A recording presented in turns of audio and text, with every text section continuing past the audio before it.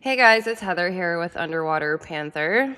I have been working on my Aquarius or INTJ ebook, Astro-Psychological Deep Dive Analysis ebook, and I've been doing video presentations to go along with my book. So we are now into section 4 of the Aquarian or INTJ ego. Astrologically, that involves the fall, and we have Pluto in fall. Psychologically, we have, I don't know if I can do that from my computer. I just got a request from my daughter.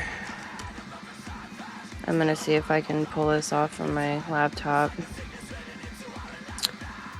It may have worked, and she's calling me now. So anyways, I am always forever editing out these little situations. I may or may not.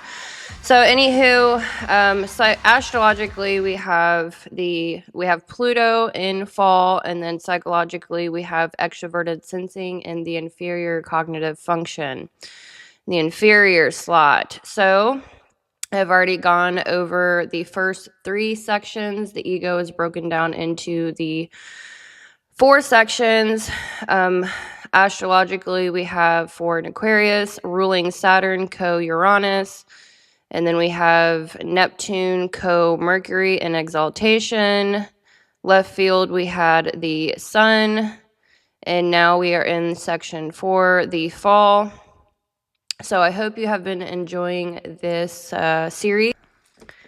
Okay, so recapping Pluto in Aquarius. So it suggests a deep, potentially transformative personality that is focused on collective well-being, innovation, and breaking free from outdated systems. Individual with this placement may feel a strong pull towards humanitarian causes and envision a more equitable and progressive future. So Pluto's influence brings a strong desire for change and a willingness to challenge the status quo. Aquarius's natural focus on the future and groundbreaking ideas aligns with Pluto's transformative nature. Deep and intellectual, Pluto adds a layer of depth to Aquarian thinking, making them introspective and capable of profound insights. Having a strong sense of justice. So they may be driven to address systemic inequalities and work towards a more just and inclusive world. Independent and unconventional. Aquarians are often rebels at heart, and Pluto amplifies this desire to break free from societal constraints. Potential challenges, extreme views. Pluto can sometimes lead to a tendency towards extremism or rigid ideals. Difficulty and authority. Their independent nature may lead to clashes with traditional power structures. So they're always challenging authority and the status quo. And they can definitely swing between extremes, like Aries and Scorpio. Emotional intensity. Pluto's influence can create a strong emotional intensity that may require mindful self-regulation.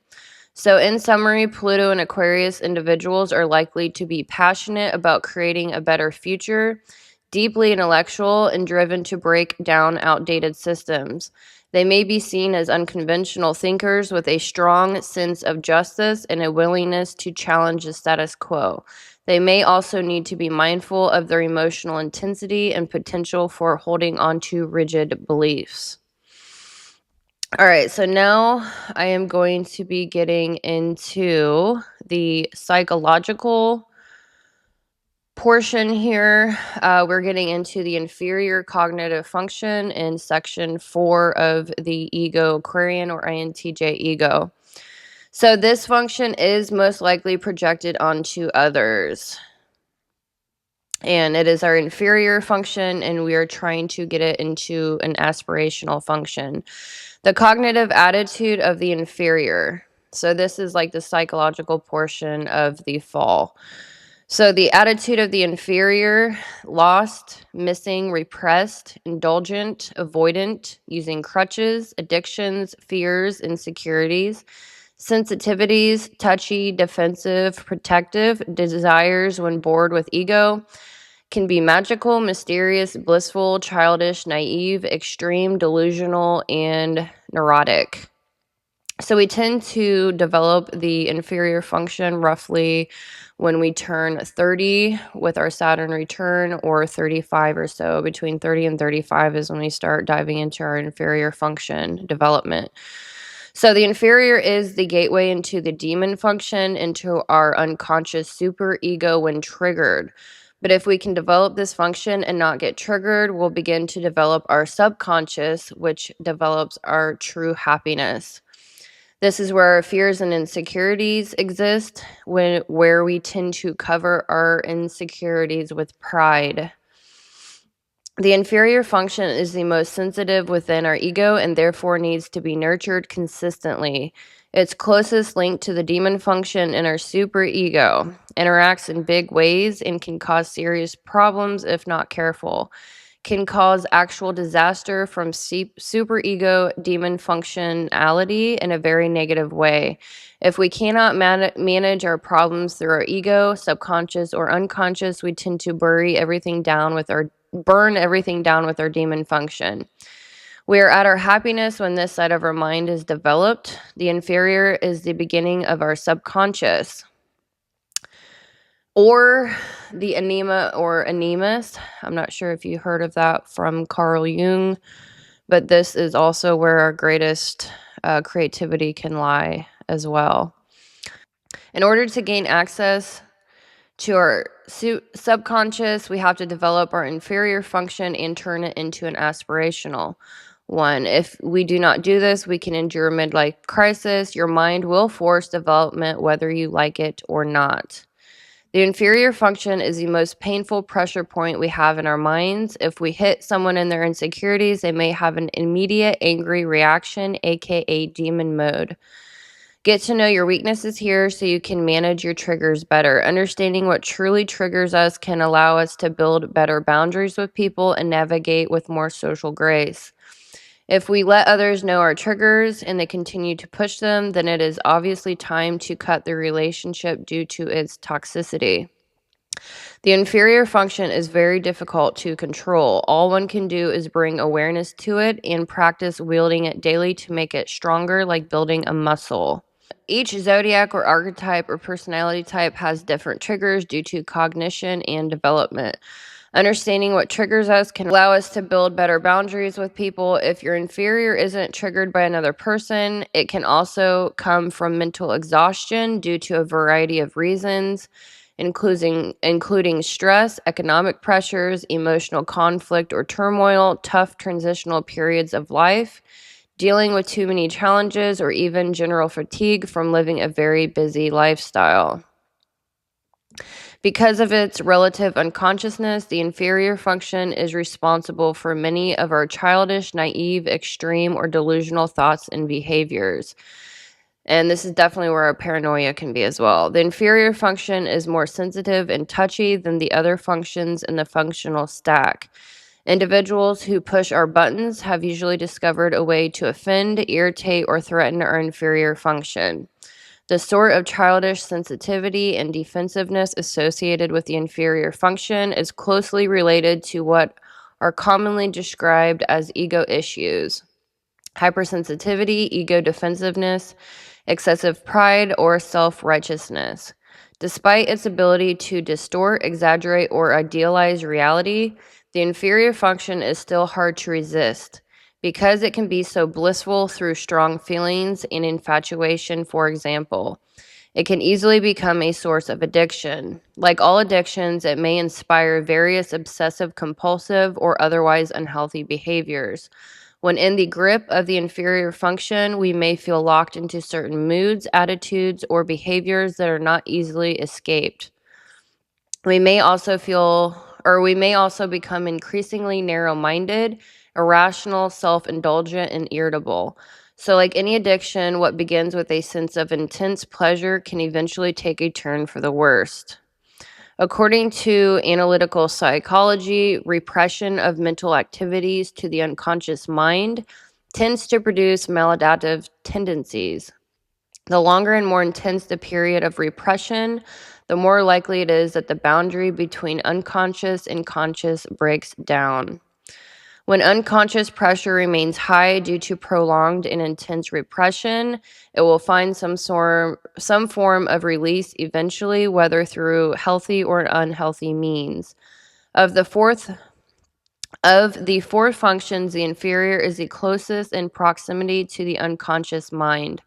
So it is the easiest function to hijack for releasing unconscious pressure when a person is mentally exhausted.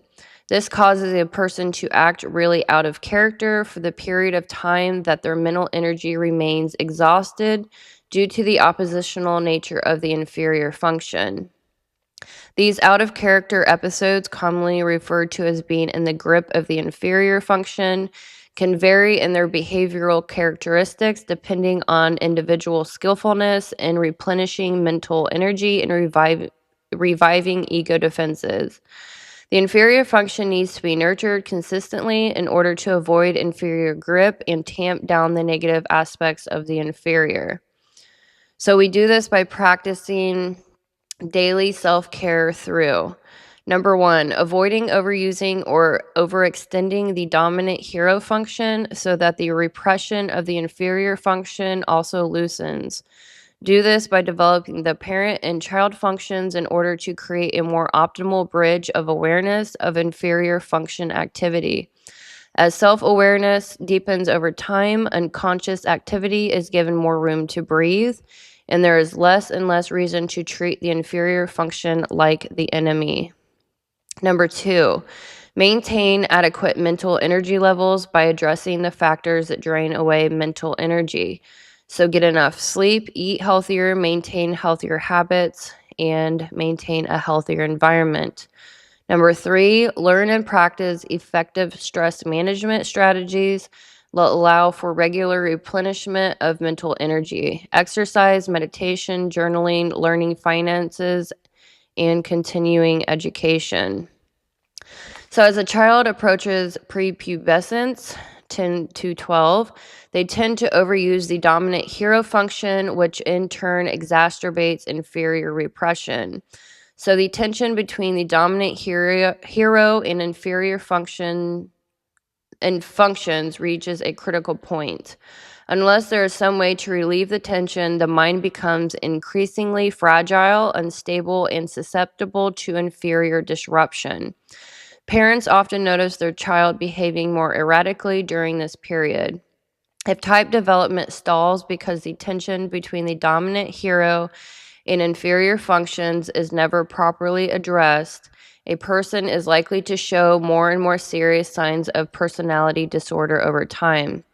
In order to gain proper access to your subconscious, you have to develop your inferior function and in turn turn it into an aspirational one. So to make your inferior function more aspirational, you have to let go of your insecurities and fears by gaining more experiences outside of your comfort zone with personal development in mind. You will be at your happiest when your subconscious side of your mind is developed. So that is the inferior cognitive function. And I was actually going to add a little more. I'm actually going to get into what is extroverted sensing first, and then I will tie that in.